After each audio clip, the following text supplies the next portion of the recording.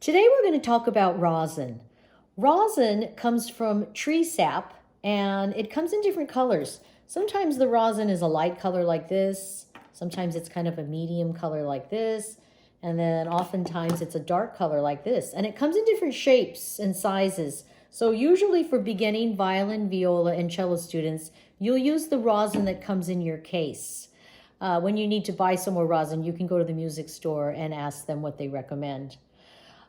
First of all, when we put rosin on our bow, we need to tighten our bow. So when you take your bow out of your case, you need to tighten it a little bit like you're going to play it. And remember, we tighten it just enough so that our finger fits in the middle and it touches the wood and the string.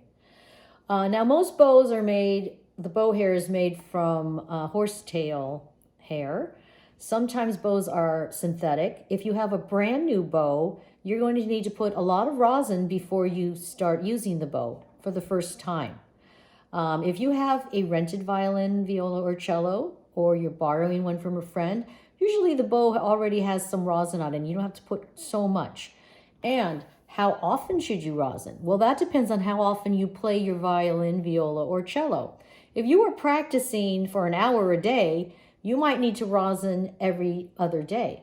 But if you are barely practicing, then once a week is quite enough. And if you put too much rosin on it, then you're going to have a powdery, sticky substance on your instrument and your bow. And I'll show you how to clean it off. But really, if you're beginning string players do not need to put rosin on more than once a week.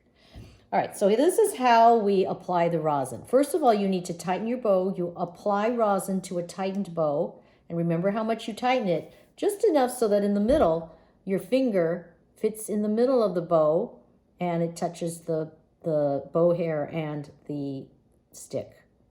All right, so I'm going to choose one of my rosins. Let's go for this. And there's also, some people say that you need to, if you have brand new rosin, to scratch it, but I don't think you need to do that. It's not necessary because by putting the bow on the rosin, it will rough it up enough.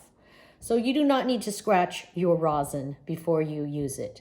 Just take it out of the box that it came in. Take it out of the box. Hold it in your, I'm right-handed, so I'm going to hold it in my left hand. I have my tightened bow.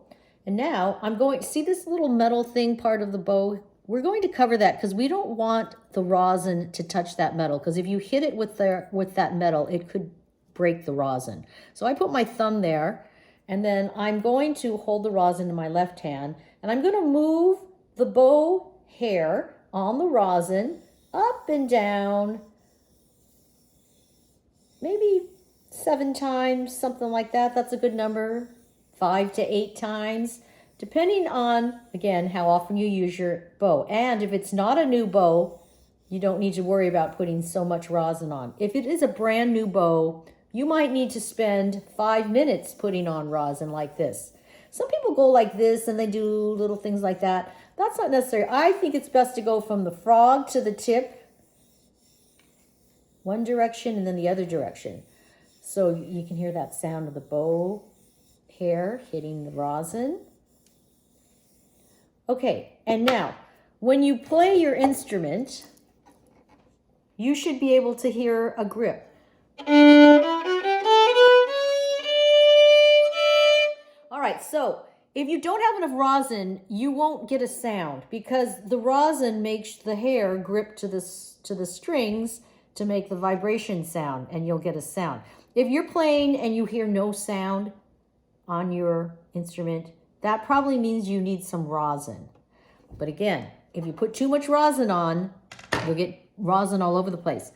After you finish, let's say we just played for half an hour, I like to have a cloth like this. This came with my instrument, or you can go buy these or use something at home. Don't use paper because it'll frail. I clean the rosin off the stick of the bow like this so that there's no dust on there. I'm not touching the hair, I'm just on the stick. And then I will loosen my bow because I'm done. On your instrument, some people have lots of rosin dust up here where they're bowing. So to clean it off, you will take your cleaning pad, and I like to stick it underneath the strings gently. Don't hurt the bridge. You're going to go underneath and you're going to clean off the dust like this. You can clean underneath the fingerboard also, and underneath where the strings are like that. Try not to touch the bridge because you don't want to dislodge the bridge. But generally, your instrument should sort of be clean of rosin like this. If you have white powder all over there, get a little rag or towel and wipe it off.